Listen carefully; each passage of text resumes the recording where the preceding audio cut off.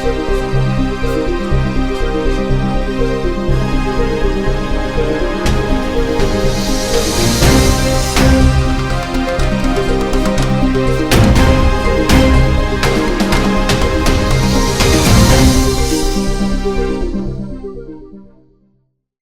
to Towards 2027, your go-to podcast for forward-thinking conversations and impactful insights.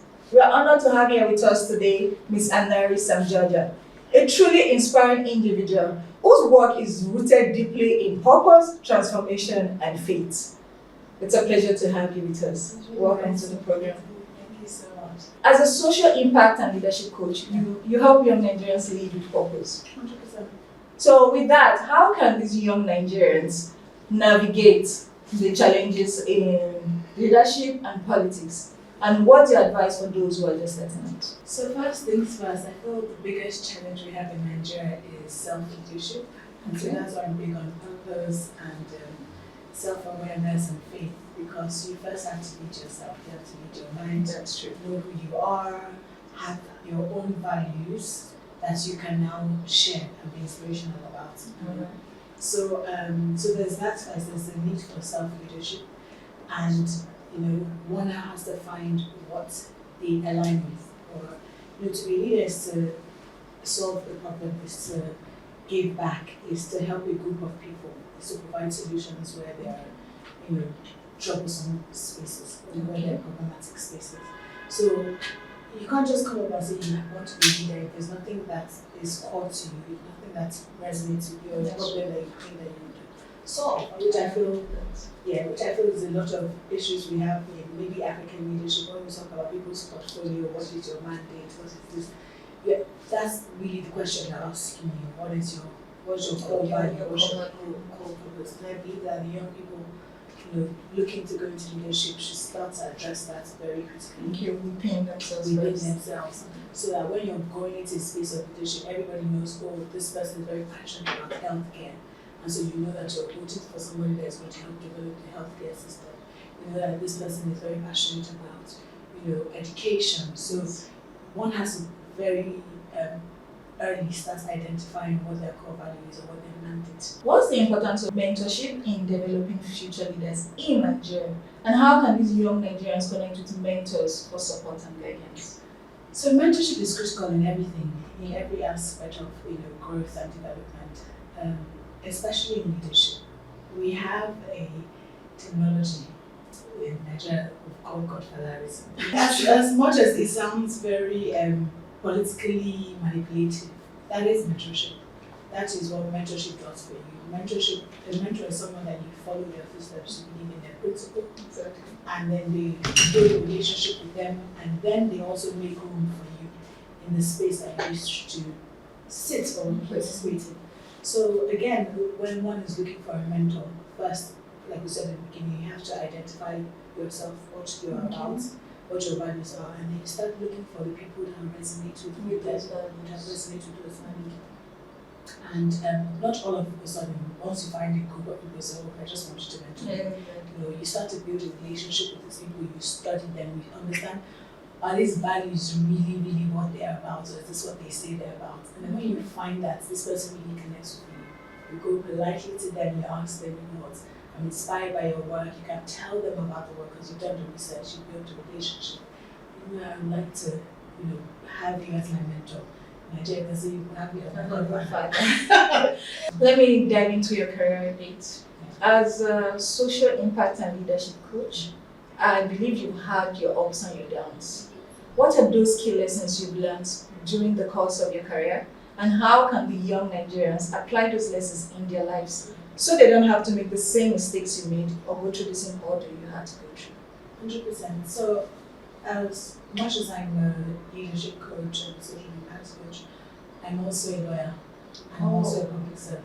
Okay. So yes, there's been a vast array of lessons that I've learned so far, and there's so many more to learn in the future. Because we're also young people that are starting.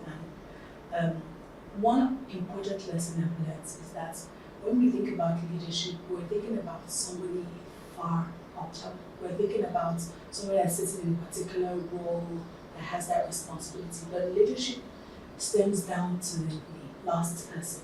So far as you're responsible for anybody, any task that's given to you, even if you're the only person, sole person in charge of that task, and you don't have, that's leadership. So your ability to deliver efficiently, your ability to deliver on time, your ability to even relate with your colleagues, your co-workers, your team, whatever it may be, it really impacts on the impression that people have of you. Okay. And that impression people have of you is what makes you either a leader or a follower. So leadership is not a thing of a position, it's a thing of a personality. And that's why for me, I always start leadership from self and personal development. Because you can identify a leader just by the way they conduct themselves. And that's one thing I've learned critically.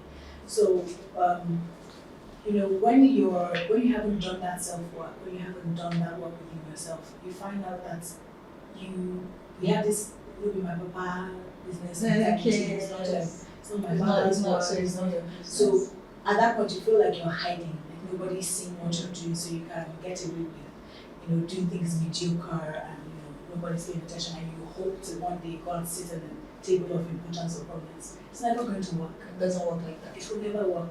So it's how even the Bible says, "He who is faithful in little will be faithful in much." Yes. So that's one key lesson I've learned, that be diligent in the small times, be diligent in that little space.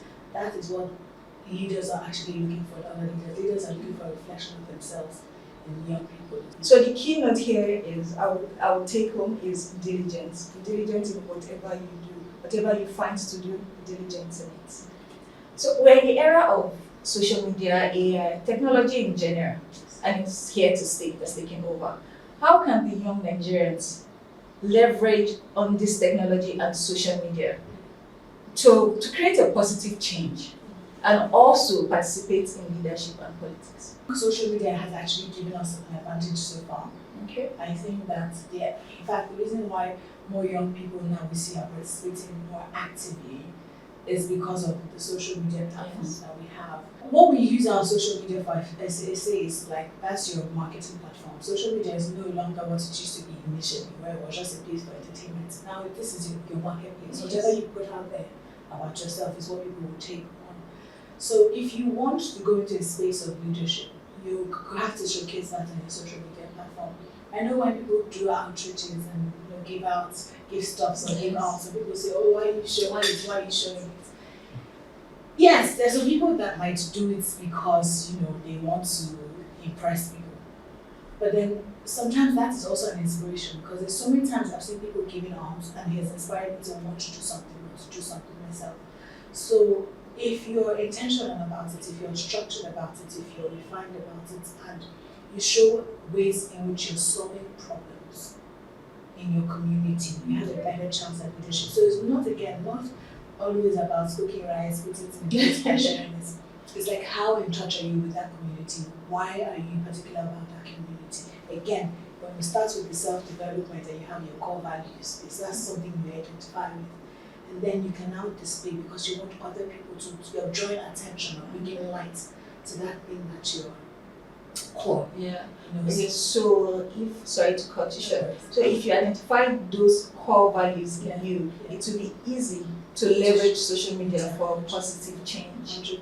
So we need to, create positive change, because you never know who's watching, who is looking. And when people talk about appointments and stuff like that, they probably look at, if you do so well and you have your community backing you up and they're pushing these things out, you don't know where somebody will say, "God, I need you because you've done so well in our community with this. We've seen what you've done on the social media. You've put our community out there. Please, we need you to come and serve." So intentional about the use of social media. It's more powerful. In a positive light. As a leadership coach, what are those qualities, or would I say traits, of a good leader? And how can the young Nigerians, especially those who are looking to become great leaders in the future, develop those traits? The first quality of a good leader is that leader has vision. Person is visionary, because what are you leading based on? What is your value? What are you leading based on? You need to inspire people towards something. You can't be all over the place and about everything and think you can be an inspiration. You look like a fraud.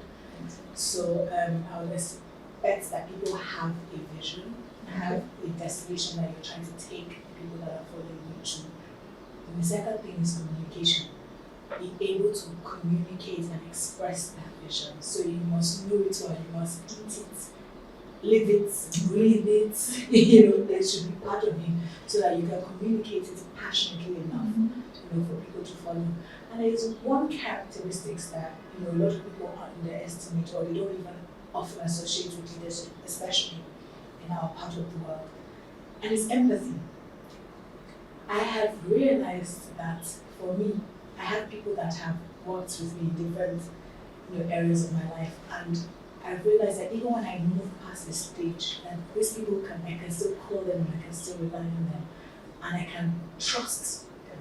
So sometimes we're always worried about, who do we trust, who do we put on the team. If you're an empathic leader, you wouldn't even have to worry. You wouldn't have to worry about that, because your leading or the whole idea of social impact is to benefit the people around you. Exactly. So if the people first that are first close to you are not feeling the impact of who are you leading, who are you planning to burn?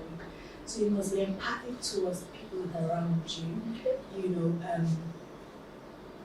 Yes, set boundaries, have your discipline. So having empathy does not mean that you completely lose yourself, but it's understanding, making room, accommodating people, and then also directing them positively if you feel like you're straying a certain way. And if you can do that with your team and those around you, to definitely expand to however far your leadership. So a good quality of a leader is not exercising power or authority, it's showing empathy. Dominance is dictatorship. So yes, it is a form of leadership if you want to look at it. How effective is that form of leadership? So empathy is... I believe that empathy in leadership weighs more than anything. Alright. I could literally listen to you all day. What a reservoir of knowledge. But before we wrap up, I want to say thank you for an insightful conversation. But one final question. Looking ahead to 2027 and beyond, what is your vision for the future of youth in leadership and participation in Nigeria? And how can it be achieved? There needs to be more room. When I mean more room for young people to participate is that there needs to be synergy between the older generation and the younger generation.